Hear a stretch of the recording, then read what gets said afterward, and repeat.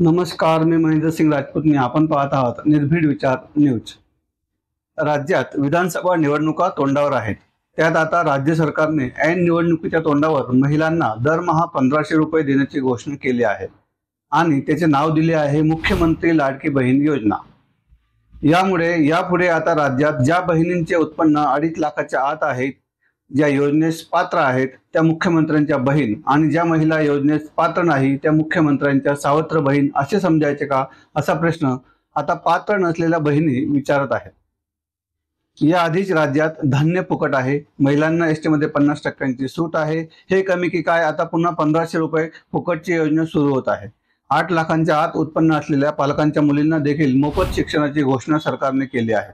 एक सामाजिक गरज म्हणून ही बाब ठीक आहे, पण या सर्वातून एक सामान्य प्रश्न निर्माण होतो. सर्वच जर फुकट असेल तर मग काम कोण करणार, आणि बहिणींना फुकट असेल तर मग भावांचं काय? अरे किमान बेरोजगार भावांना हाताला काम तर द्या.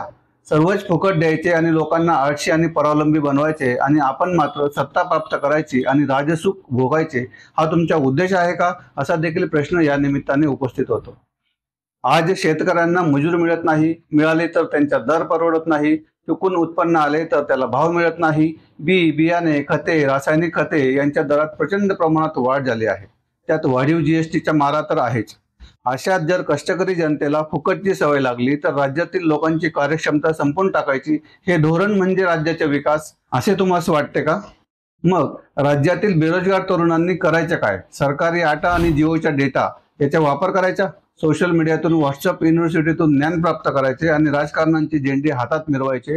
कार्यकर्ता म्हणून जन्माला यायचे आणि कार्यकर्ता म्हणून मरायचे. आता फक्त इतकेच काम या राज्यातील युवकांना उरले आहे का? त्यामुळे राज्यात सुरू करण्यात आलेल्या मुख्यमंत्री लाडकी बहीण योजनेचे जितके कौतुक होत आहे, त्याच प्रमाणात या योजनेबाबत चिंतन देखील होत आहे. खरोखर ही योजना राज्याच्या बहिणींचे कल्याण करणारी आहे की राज्याला आर्थिक खाईत नेणारी आहे, याची कारण मीमांसा आता केली जात आहे. राज्यातील सुजान करदात्याचा पैसा लाडकी बहीण सारख्या योजनेतून फुकट देऊन हा सत्तेत परत येण्यासाठी मतदारांना राजरोस व अधिकृतपणे दिलेले प्रलोभन नाही का, असा देखील प्रश्न या निमित्ताने उपस्थित होत आहे.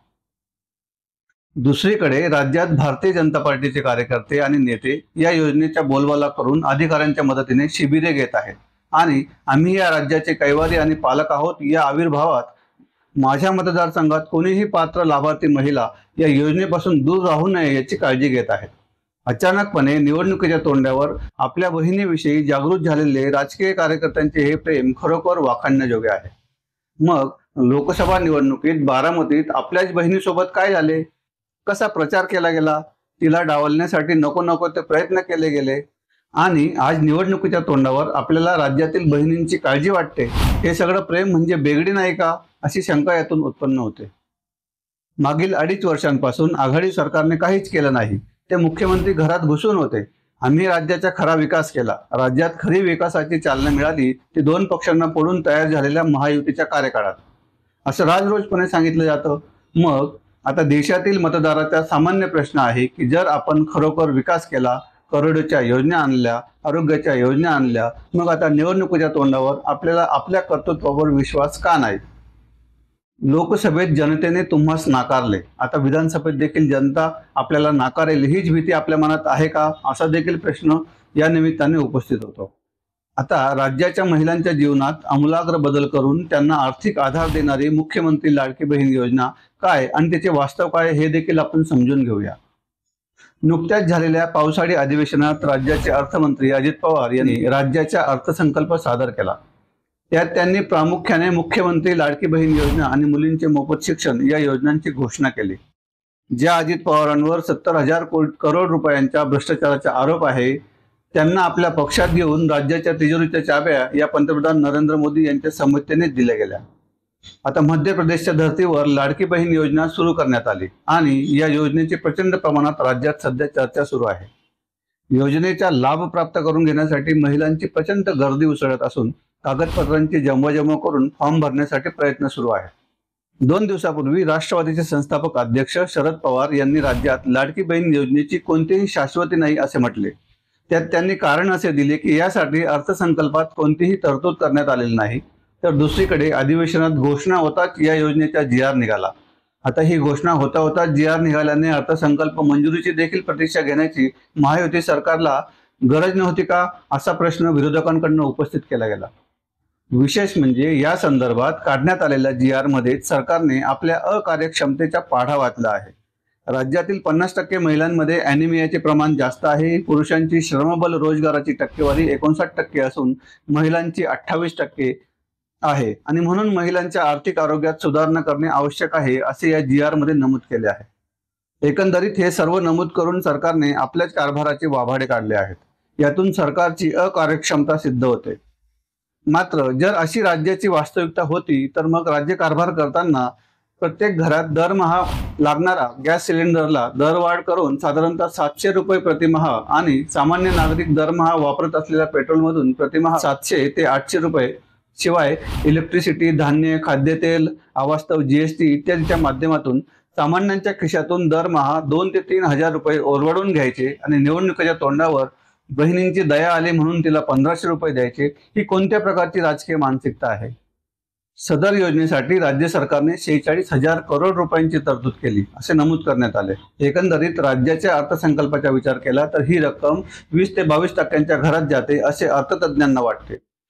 ज्या राज्यांमध्ये ही योजना राबवली जात आहे त्या कर्नाटक राज्यात महिलांना दरमहा 2,000 रुपये दिले जातात, मात्र त्यांचा खर्च अर्थसंकल्पाच्या 6% आहे। तर तामिळनाडू राज्यात महिलांना दरमहा 1,000 रुपये दिले जातात, त्याचा खर्च राज्याच्या अर्थसंकल्पाच्या 2% आहे। त्यामुळे अर्थसंकल्पाच्या 22 ते 25% खर्च महाराष्ट्र सरकारला खरोखर परवडणार आहे का, याचा देखील विचार होणे गरजेचे आहे असे अर्थतज्ञांना वाटते। एकीकडे सरकार आवश्यक असलेल्या इन्फ्रास्ट्रक्चर, शिक्षण, आरोग्य, सिंचन, पाणीपुरवठा, रस्ते, एससी, एसटी आणि ओबीसी वरील खर्च यामध्ये कपात करत आहे, तर दुसरीकडे जाहिरातीवरील खर्च मात्र 5 पटीने वाढवण्यात आला आहे। अर्थात या सर्वांचा अर्थ असा मुळीच नाही की राज्य सरकारने महिलांना मदत करू नये किंवा त्यांना सक्षम करू नये, मात्र ते करण्याचा मार्ग हा नैतिकतेचा धरून असावा।